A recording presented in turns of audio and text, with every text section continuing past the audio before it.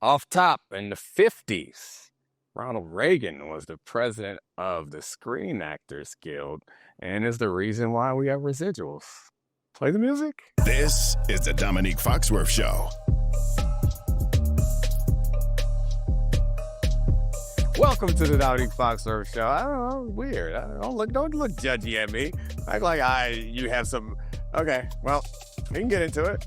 Go ahead, Charles. You want to introduce us? We're here with Kevin Clark also. The reason I'm not introducing. Look, I didn't want him. To be clear, I mean, we can go ahead and be honest. You just said, "Do you want Kevin Clark today?" I said no. Okay. That you booked him anyway. That's not true. We had a great time I saw you earlier today. We had a great time. Hated it. Somebody asked me at a charity golf event on Monday, which is what I do now, who my favorite talent to work with at ESPN is, and I said Domonique Foxworth. No, you did. You said it was Chris Canty. I did not say that. However, I do want to say very quickly, as I told Foxworth this morning, at the celebrity thing put on by ESPN New York and the Madison Square Garden charity, longest drive, Justin Tuck. And I'm sitting there going, I can't. What, can there be a human division? I'm looking at Justin Tuck. He's 6'4", 260. I'm 5'10", 160, and I'm saying, he won the longest drive. When I never really played golf, and I'm pretty sure I could beat you in the longest drive. No, definitely not. I think with a week of training, you could. That was my thing. John Starks won closest to the pin at this thing. I think that anybody who's played pro sports with about a month of training, and those guys love the sport, but anybody who's played pro sports with a month of training could beat, I think, the average golfer. I would think that to be the case. So I saw Justin Tuck at a bar in Nashville in 2012, and some random frat dude tried to put his iPhone in his face and take a picture of him. Oh. Justin Tuck snatched it with his paw, held it under his foot for the entire time, and made the guy stand next to him for about 3 hours and continually apologized. I was like, cool. I'm not giving it back. That is so cool. It was awesome. He was with Steve Weatherford. It was, I guess, the long snapper's bachelor party, that Giants long snapper. The guy who went to Brown. Diassi. Yeah. Right? Yeah. So Zach Diassi. It was his bachelor party, and Weatherford was there, and he just kept on being like, I think he wanted to show that he was a real football player. He just kept on showing off his abs to everyone. Same. Oh, we actually have show topics today, other than just stories from bars about football players that probably aren't true. I don't know. You don't think that's true? You don't think that Justin Tuck held an iPhone under his foot as punishment for some putting the phone in his face? No. I believe it, Charlie. Why would I make that up? You don't think I would have done the straight hand? That's so specific. That's so specific. Whoever made it, I don't think you made it up. I think you believe it. I was like that. He saw it. He saw it. Oh, you saw it? I was there. I was talking to Justin Tuck about about a Notre Dame Nebraska game where Arnaz Battle laid in a touchdown in overtime. I thought you were relaying stories you had heard. I trust you. I don't trust your friends, and I met a couple of your friends, and I'm not trustworthy. Can I relay something real quick about what you're saying about Domonique? Buddy's trustworthy. That's one of your friends. They're one of my friends you met, and you loved them. I've heard stories about your other friends. Some of them like the rocks more than this. I think is appropriate. Just because I had a friend who smoked crack doesn't mean you need to distrust all of my friends. Continue, Kevin, with your story. Thank you. Would Domonique reflexively not believe in the story? Kevin just kept going. You just I want to relay a crack reference and not stop down during Clips Month? How could you do that? But anyway, go ahead. Go ahead. Proceed. What were you want to do? I know someone, and they told me a story about being an NFL coach. And I saw the coach at the owners' meetings, and I said, "Oh, my so-and-so said this." And this coach said, "This is the golden rule of being famous. Everybody exaggerates their story by 40%. So if it's like, oh, we had 10 beers, dial that back. We had 60% of that. He said every story that gets back to me about myself, he's talking about the head coach, everything is increased by 40%. Time, energy, like how funny it was, everything is increased." Did you really struggle with 60% of 10? Did that really tripped you up, huh? Well, no, 60% of 10 is 6. I know, but you said we had 60% of that. You did a hesitation like you were struggling with the math. I just was asking. Well, in the moment, I was Math's like, hard.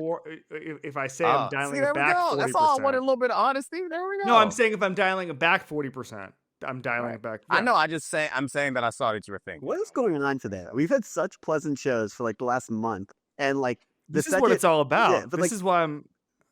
the This is second what I we are want. talking about the union, the second we don't have Domonique on his soapbox moralizing about strength in numbers, he just gets so angry. So our show is not about union stuff today. Well, kind of a little bit. Could be.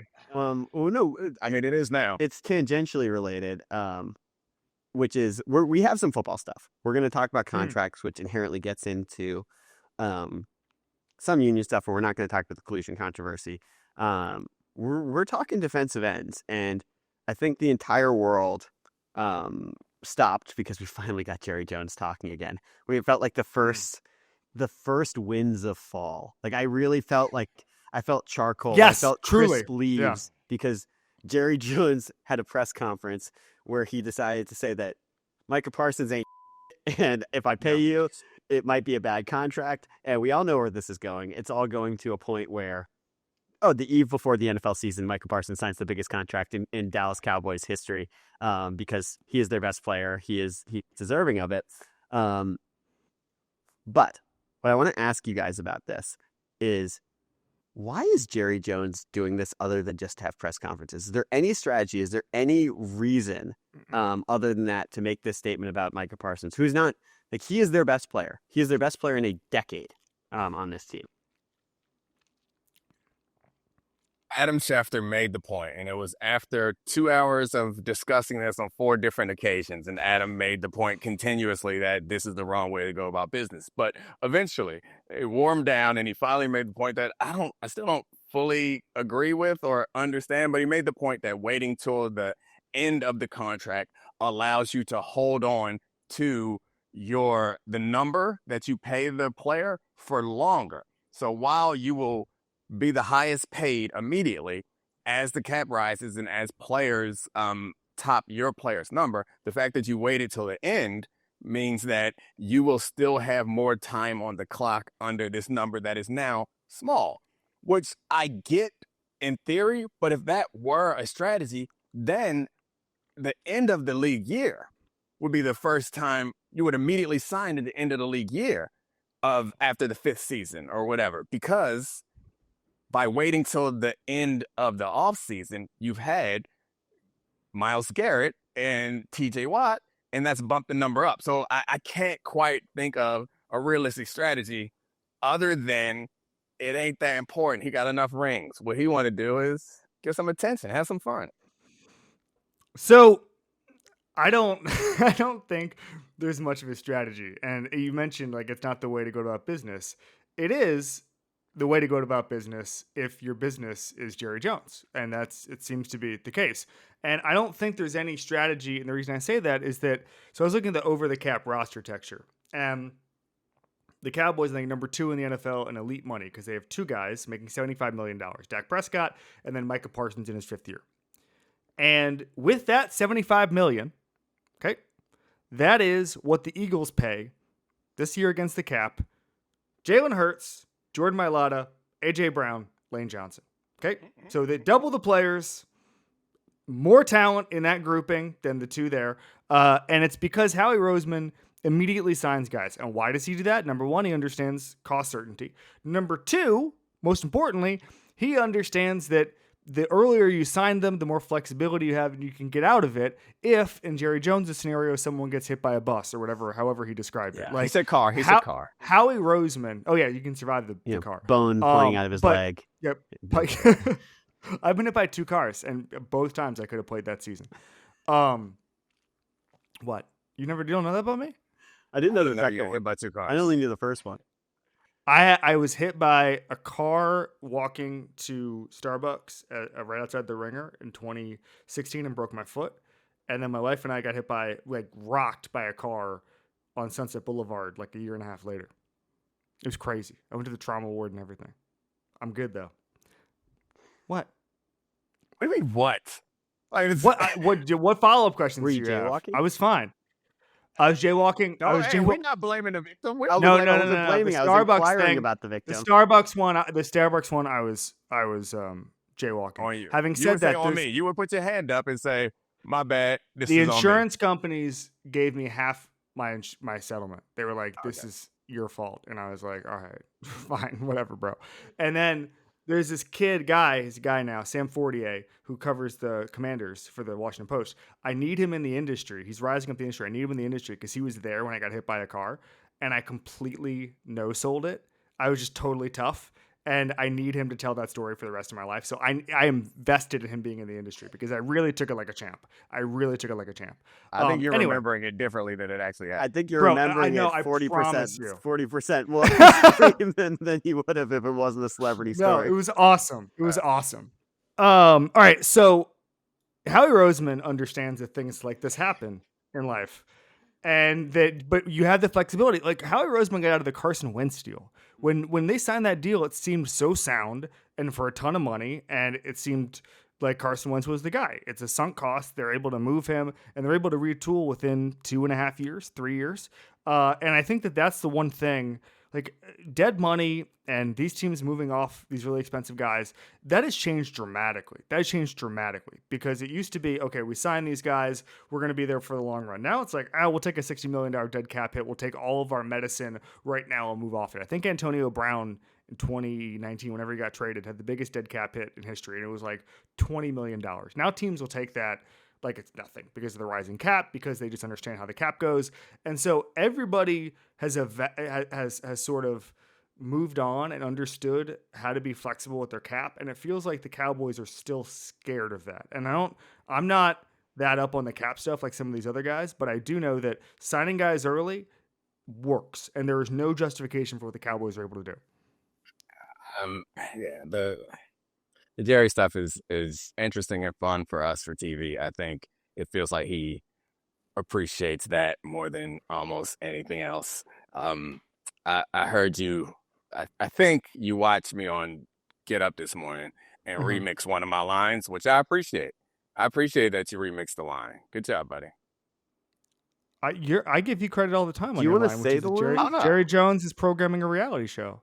Oh yeah. No, not that one you remixed. I was talking about how the I think I said that Jerry Jones, that most owners when they draft a player and he plays really well are super excited about having him on his team for the next 10 years playing really well. And Jerry Jones looks at him and is like, man, I can't wait for 5 more years so I can disparage him in public. That was my line. I have to be completely honest with you. I did not say anything close to that this morning. Okay, but moving on. It's okay. You guys argue honestly, you guys argue about who had the most generic Jerry Jones take? Yes, that's what's happening. I honestly don't know what you're talking about. I genuinely like that Jerry Jones likes attention. Congratulations, that is a dynamite take. That's what people come to this podcast for. You win. You're right. I'm sorry. I started trying. The man tells us a 40-minute story about him getting hit by 2 buses, and I can't just give myself a little Jerry Jones pat. No, I don't think that, like, I think your line about how he's trying to program a reality show is correct. And I saw someone, so what I did say today is that Jerry Jones, if given the chance, if the football god said, will you take a Super Bowl but you don't give press conference anymore, he'd say no deal. And somebody quote tweeted that and said that there's a Dallas radio guy who said that Jerry only, I thought it was a really fascinating, I guess he'd said it a couple years ago, but I guess it's a truism in Dallas, that Jerry's number one goal with all of this stuff is to win and for Jerry Jones to get the credit. And Jerry Jones, that's all Jerry Jones wants, is he's positioning himself. He only wants to win and get the credit. If he could win and not get the credit, that's a no deal too. Like if someone came in, because we have a proof of concept with Jimmy Johnson, where they give Jimmy the credit and Jimmy had to leave. So I think you're already seeing this. He wants to be the sole reason that they win. And I think that once that happens, isn't there a Vince Lombardi quote that's like, something great can happen as long as no one cares who gets the credit? The literal opposite is what happens in Dallas. So, but if you're Micah Parsons in this, and you've seen how this goes over and over again, and you haven't really been competing for Super Bowls for the last 30 years, and you're, I don't know, one of the handful of best defensive football players on the planet, at a certain point, are you happy being there? I know that you're in Dallas, which is like the biggest market possible, and he wants to be a podcaster, but like this is like it's silly if you're entering your prime and you're being viewed this way by your owner to just have you as a prop in a reality show. I think Domonique is more equipped to answer that, because Domonique has been in locker rooms where, like, I'm curious if you're making there's probably 10 or 15 guys who know for a fact, and I would put Myles Garrett in this bucket, they're going to make an unbelievable amount of money. They're going to be the de facto mayor of their town, and they have no chance of winning anything. And I wonder if those guys are significantly less happy than Jordan Mailata. Like, I don't know. Like, are those guys like, I'm good, I got my 9 figures? Like, how do those guys process it when you either talk to them in the locker room or see them in the off season or what? No, I mean, I'm not even trying to be funny. Never been on a team like that.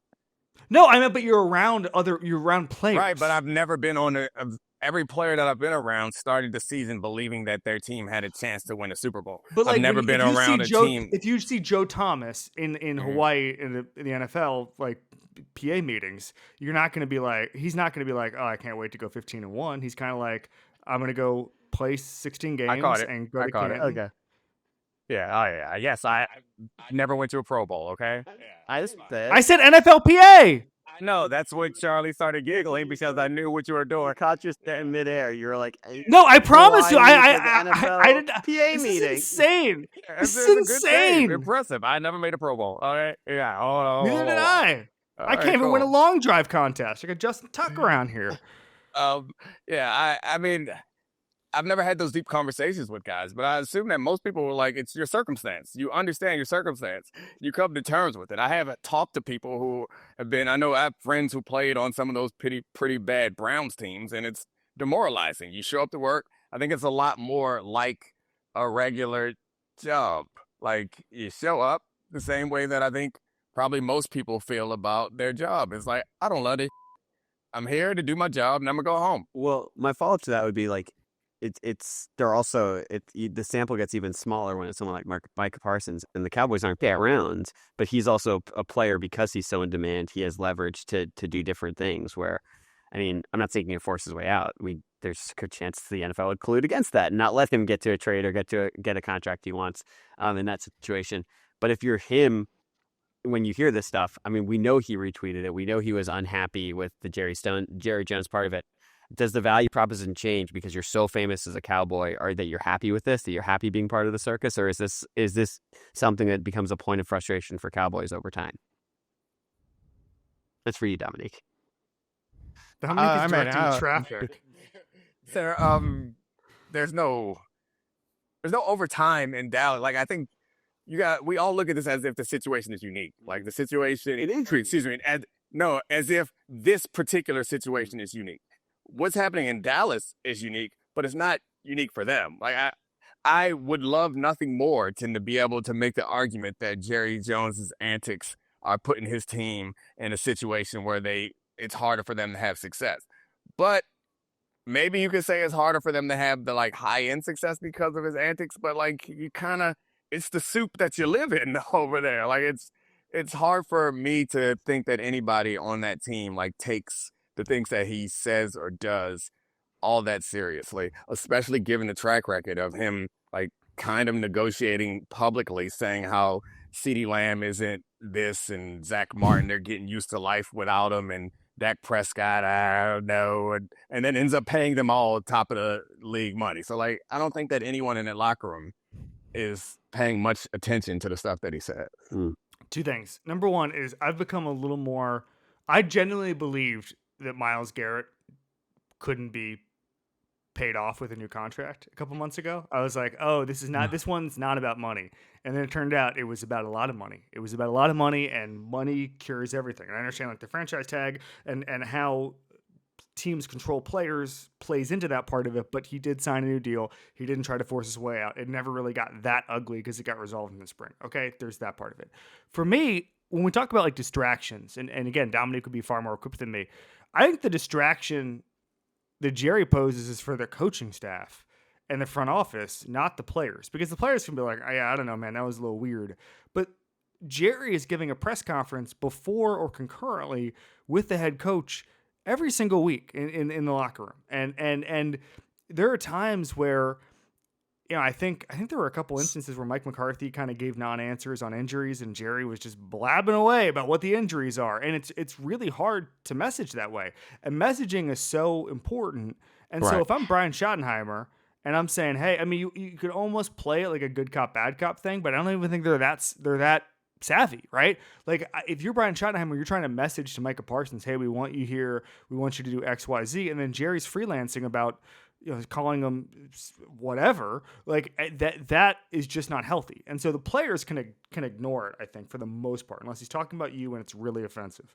But I think the coaches, I think that's the hardest part, because I talked about this with Canty earlier this morning.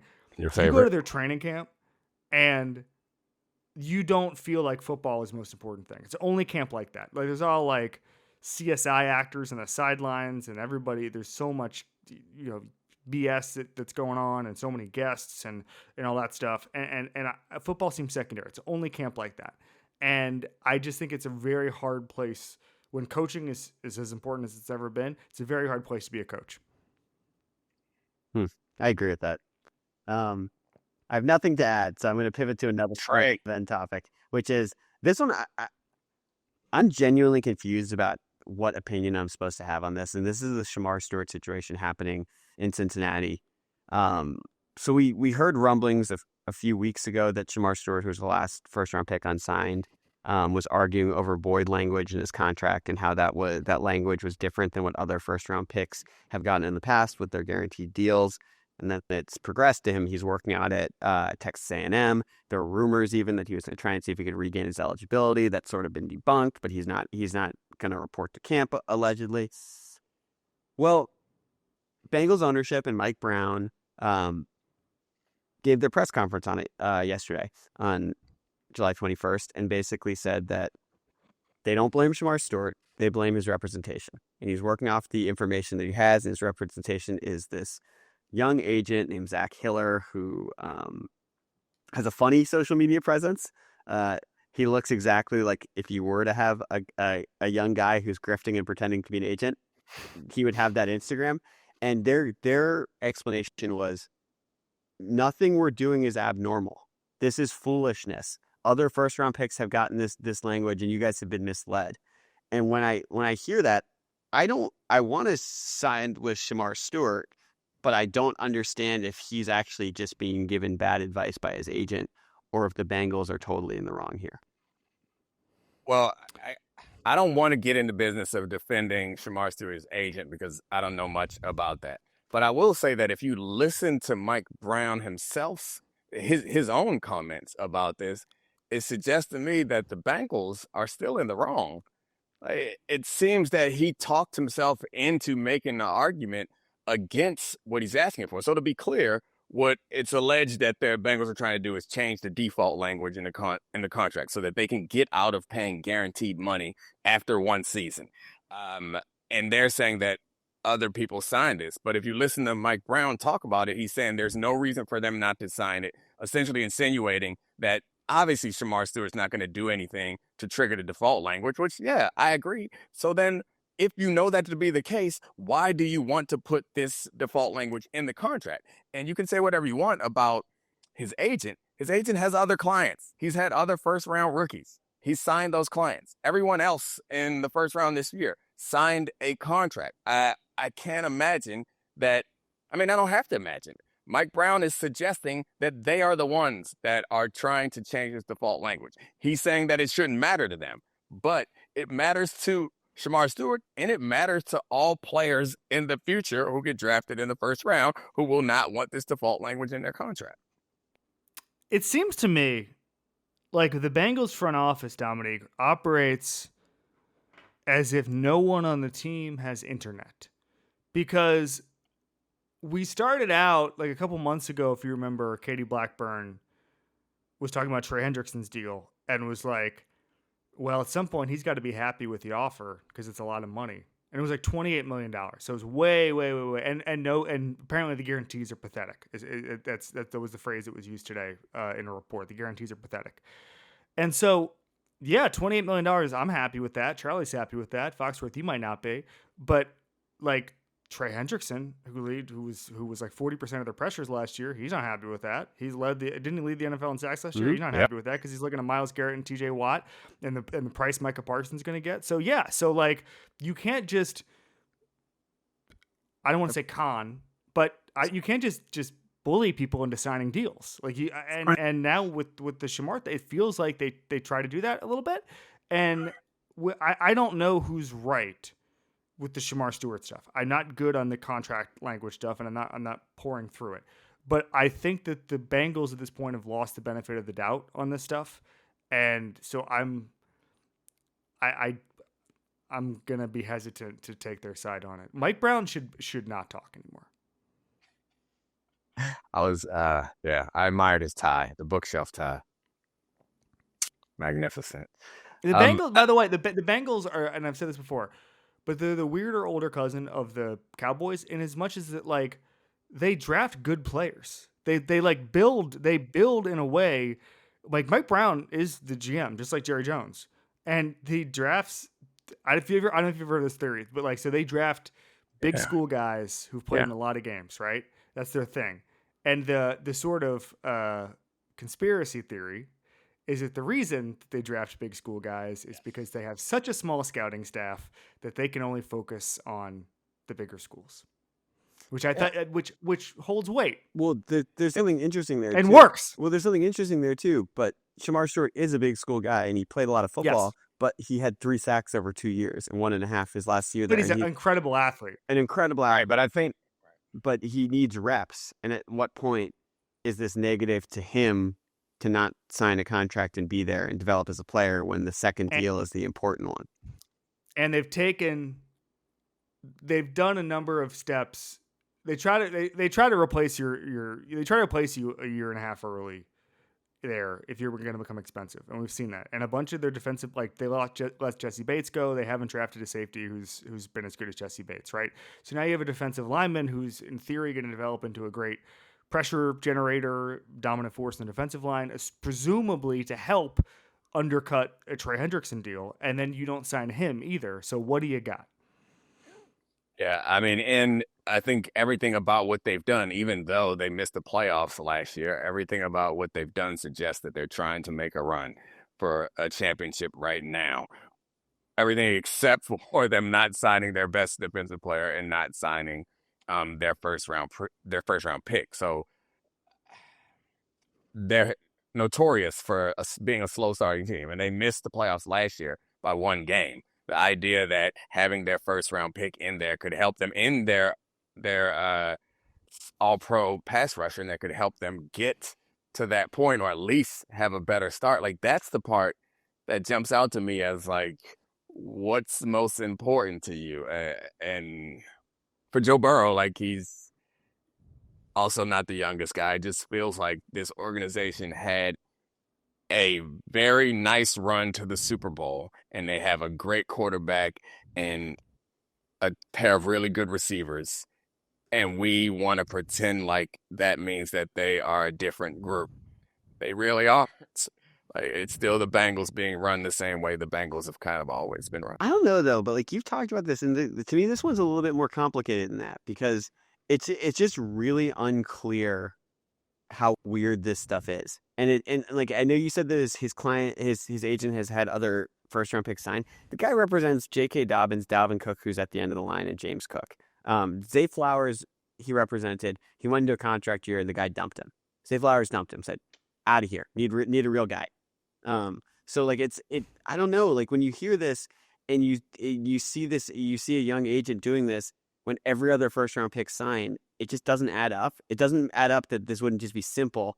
And it doesn't add up that the Bengals, they have a first round pick every year, wouldn't be able to hang this out. And I know that Shemar Stewart's a risk, and I'm sure that goes into it. He's one of there might be a bigger delta between talent and production with him than any first round picks as Anthony Richardson.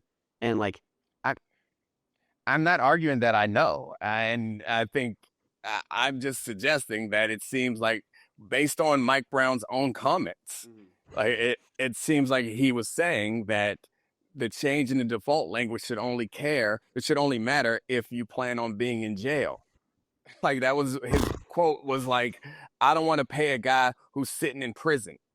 Right? So like, he wants that without saying explicitly what he wants to change. He seems to be, to me at least, corroborating what the reports are, is that they want to be able to get out of guaranteed money Yeah. earlier than ever before. So like it doesn't matter whether There's also been this has been contentious longer though. Like he didn't sign the practice waiver. So the but his pre-workout agreement, yeah. But his agent has him working out for free at Texas A&M. So it's like, Domonique, I need to ask you a question. You're a player. You're 26 years old. You're about to sign a new contract. Would you rather hear that your owner said you might get hit by a bus or that you might end up in jail? I mean, give me the they might get hit by a bus. Okay. I think because presumably it's that at least. I guess that could be my fault too, and being arrested could also not be your fault. Yeah, I don't know. I'll take C, none of the above. Thank you. I think I'd take jail over being hit by a bus. No, it's not what you didn't hear the question. It's what would you rather the owner say about you? I think I'd rather the owner say hit by the bus because I think that the implication in there is it's not your fault. As you're someone who only hears what you want to hear when I ask a question. I'm taking that tactic from you. No, I hear exactly what you asked. You're the one that hears what you want to hear. Okay. Okay. So we have no closure on Shemar Stewart, but I mean, presumably this is going to be one of the weirder things that could drag on to camp at the Bengals, as you guys talked about with Burrow. Like, they probably want to figure this out now. They need to find a way. Their defense was beyond porous last year, and they need to find a way to have Shemar Stewart and, quite frankly, Trey Hendrickson in a Bengals uniform this fall. All right, I want to pivot to a different sport, and this is now Dominique's literally leaving. I was gonna. Bye, Dominique. Dominique would rather get hit by a bus and go to jail than talk about golf. Yeah, well, no, we're not talking about golf. To be clear, we're talking about Scottie Scheffler. That's right, and Scottie Scheffler hates golf. He hates golf just as much as Dominique. Well, no, his comments were fascinating. So he lapped the field and won the Open Championship. I won't call it the British Open this past week. Good job. And before the event, he talked about how he doesn't find fulfillment from winning. It's not that he doesn't love golf. He loves the art of practicing. But 5 minutes after the event ends, he goes back to being a normal person. He has his kids. He goes to his favorite Chipotle, which he will not tell us, which it is not the one near SMU's campus. Not near SMU, yeah. I'm curious as to what Chipotle he has to go to not be recognized. Exactly, yeah, and it's really interesting. But those comments... and how many did he like test this? Did he go to like 10 Chipotles to see where he didn't get hassled for a photo and then just became his Chipotle? He's not getting hassled in my Chipotle, I promise you. I have a theory on it. Yeah, so do I. Yeah, all right. So does everyone else. Okay. In Dallas? Anyway, so he those comments they picked up a lot of steam because the initial reaction was sort of like the initial reaction to Nikola Jokic a couple years ago. And they're like, does this guy even like it? Is this guy even competitive? This is so different than Michael Jordan or Tiger Woods. And, Jordan Spieth brought that up as well. Like, Nikola Jokic is the only guy, his quote was, the only guy I can think of that's a superstar that's equally unassuming in any sport in the modern era. And I'm happy if anyone else can find another example, but it's very rare.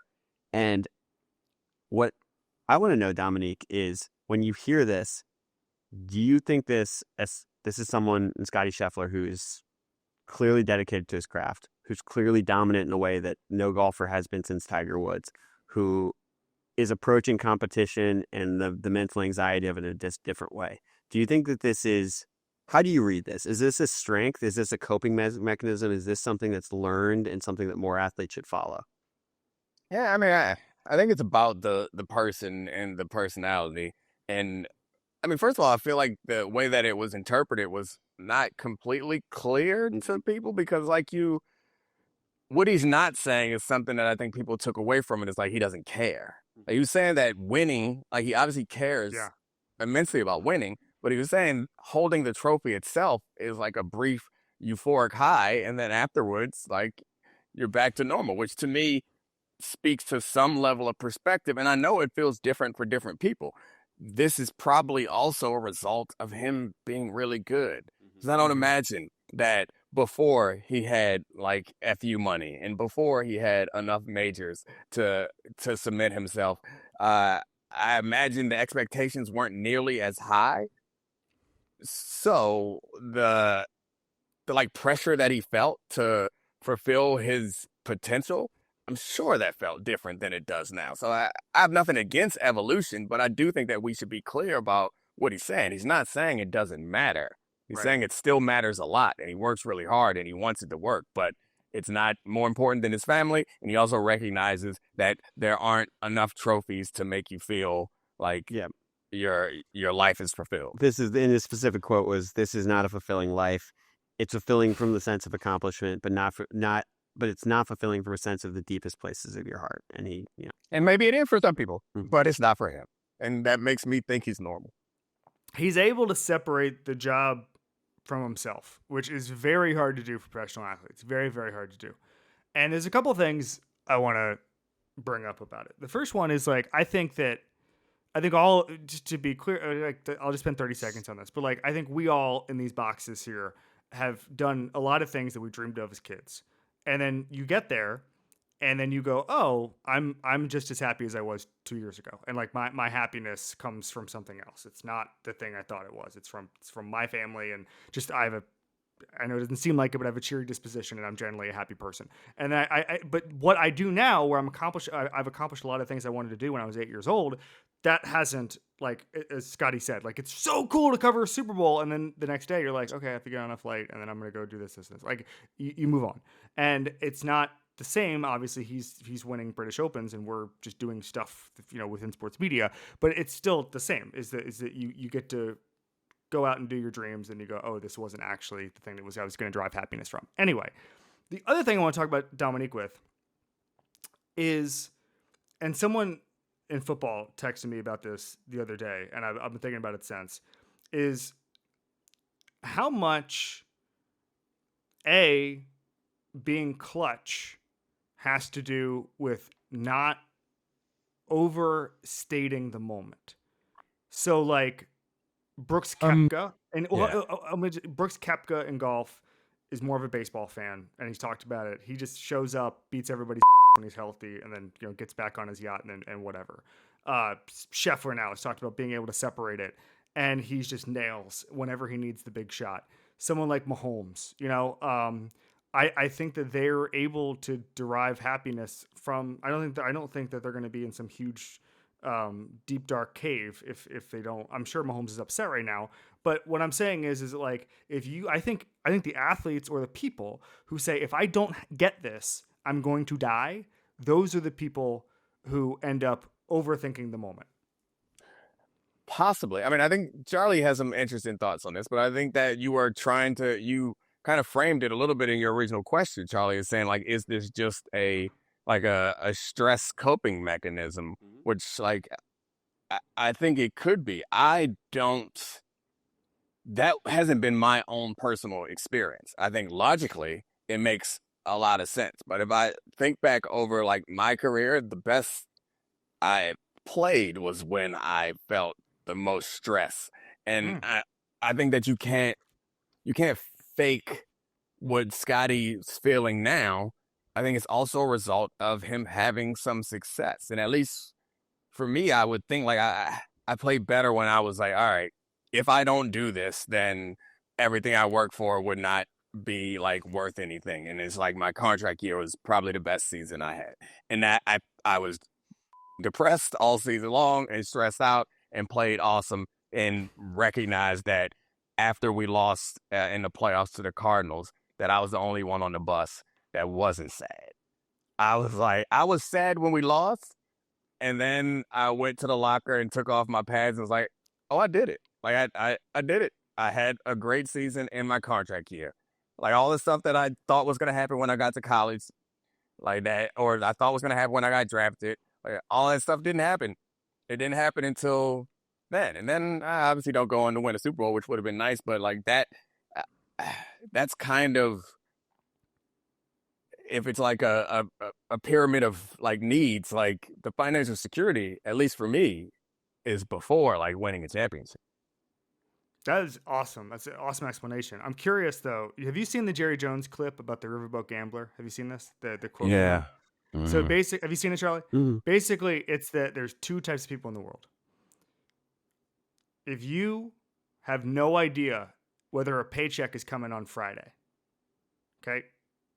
First type cannot function knowing there may or may not be money coming on Friday. Not knowing where your next check is going to come from, not knowing if you're able to make rent this weekend, not knowing if you're able to get food this weekend, not knowing if you have to move with your parents this weekend. Some people cannot function and some people thrive. And the key to life, Jerry Jones said, is being in that second group. And he's called them the riverboat gamblers, the people who are just so exhilarated by the fact that you have to get a paycheck on Friday and you got to scrounge something up. Okay. Sounds like Domonique is a riverboat gambler. Nah.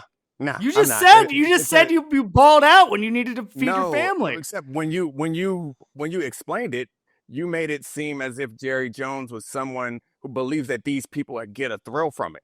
As I said before, I was stressed out and depressed all season. I was not happy. It didn't make me happy. Check the bank account. Oh, happy now? Yeah. Well, I'm happy then. Let's be clear. Scottie sort of falls in both camps because we have the quote of how he was a hothead when he was in college. Then the morning of his first Masters, he was crying with his wife. I mean, the exact quote is, "I cried like a baby this morning. I was so stressed out. I didn't know what to do. I was sitting there telling Meredith, I don't think I'm ready for this. I'm not ready. I don't feel like I'm ready for this kind of stuff. And I'm just overwhelmed."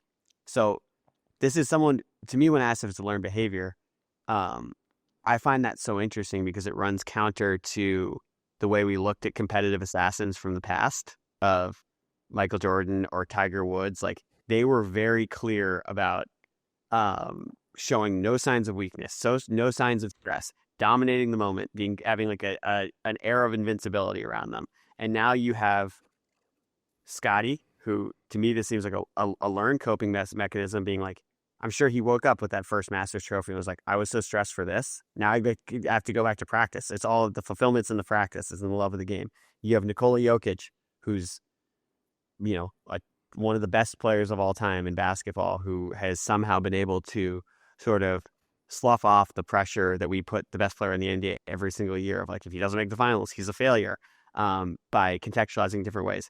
In tennis, which is the only one-to-one sport comparison to golf, really, in this, you have Carlos Alcaraz, who's the best player since the big three in tennis. He won his first Grand Slam when he was 19 at the U.S. Open. He said he woke up the next day and almost retired. He was like, I got the number one in the world. I won the U.S. Open. What am I doing this for? He's had ups and downs since then. And his quotes that went viral that we talked about a few months ago was, he said that he can't be results driven and he has to be driven by finding happiness, and that he has to view tennis as something that he's choosing to do every day to be successful. And to me, I find this to be like a remarkable shift in not just honesty, but perspective on this, as also it was more of a monoculture. I also don't want to get too philosophical, but we have moved away from like the age where Nike kind of decides what we think of a player because it's all marketing. We get some more access to them. Not that Nike's not trying to still capitalize off of Scottie Scheffler playing well, because they are, and using his son in ads and stuff like that. I get it. They find out your image and they blow it up. But I guess my point is, and I think this comes from having 3 children who are now coming into like 9, 12, and 14. Like, they're kind of who they're going to be, And I say that to say that we want one archetype for how you have to be great. And it's not true. I bring up my kids because they're so different. And I could see each of them having success, but it's going to be for different reasons. And that's the thing that with these athletes, we want the same story that we've seen in movies and TVs and that we've built up around Michael Jordan and all other great athletes, is the same story of like nothing else mattered. I would put everything up here for that, and I cared about this more than anything else. And not to say that it's not true, but it might have been true for them, but that doesn't mean that it's true for everyone else. And I think so many athletes grew up seeing that when you ask them a question, they automatically go into telling you the things that fit into that narrative. And I had this conversation a long time ago with some young players where I can tell you my life story and focus on all the things that I did that were great, the reason why I'm here. I could also go back and tell you all the random lucky that got me in a position. It's like, it's just the scenes that we choose to tell. And I say that for these guys, it's like when you get a chance, you get asked the question, you're going to likely just give people the shorthand that they want to hear. It's like, yeah, I was so locked in. I wanted to murder everybody but get a trophy, which may be true for some people, but it's not true for everyone. Well, I was about to say, but to your point about that, what's interesting is that we actually broke the pattern, and this is becoming a new thing that people are okay with being themselves, because it wasn't just like, I'm going to attach a lot of things to Michael Jordan. He's the most famous American athlete ever. He is like, he is like Zeus on Mount Olympus of all this stuff, mentality, it being all consuming. And we had the best player of his generation afterwards, Kobe Bryant, literally be a Xerox copy of it. He taught himself to walk the same way. He taught himself to lick his lips the same way, to talk the same way. And then after that, we had a second Xerox where there's all these like little like mama mentality guys. And it's like anything else where you Xerox a Xerox and it becomes, it's like less clear and fuzzier. I mean, and the representation. Tom Brady does it too. Tom Brady does it. We've, seen quarterbacks try and have the Brady mentality. Regardless, it grows across sports. But I wanted to focus on Jordan this because it's interesting to see it break. And this is so different than Tiger. And the thing that I wanted to ask about this as this breaks is, if you're another golfer or a competitor in anything, and you see the guy at the top say this, be honest, show vulnerability, and then walk out like a serial killer and eviscerate you for 4 straight days, and your job has never looked more hopeless. Is that easier or harder to cope with than someone who's telling you, this is everything, I'll die without it?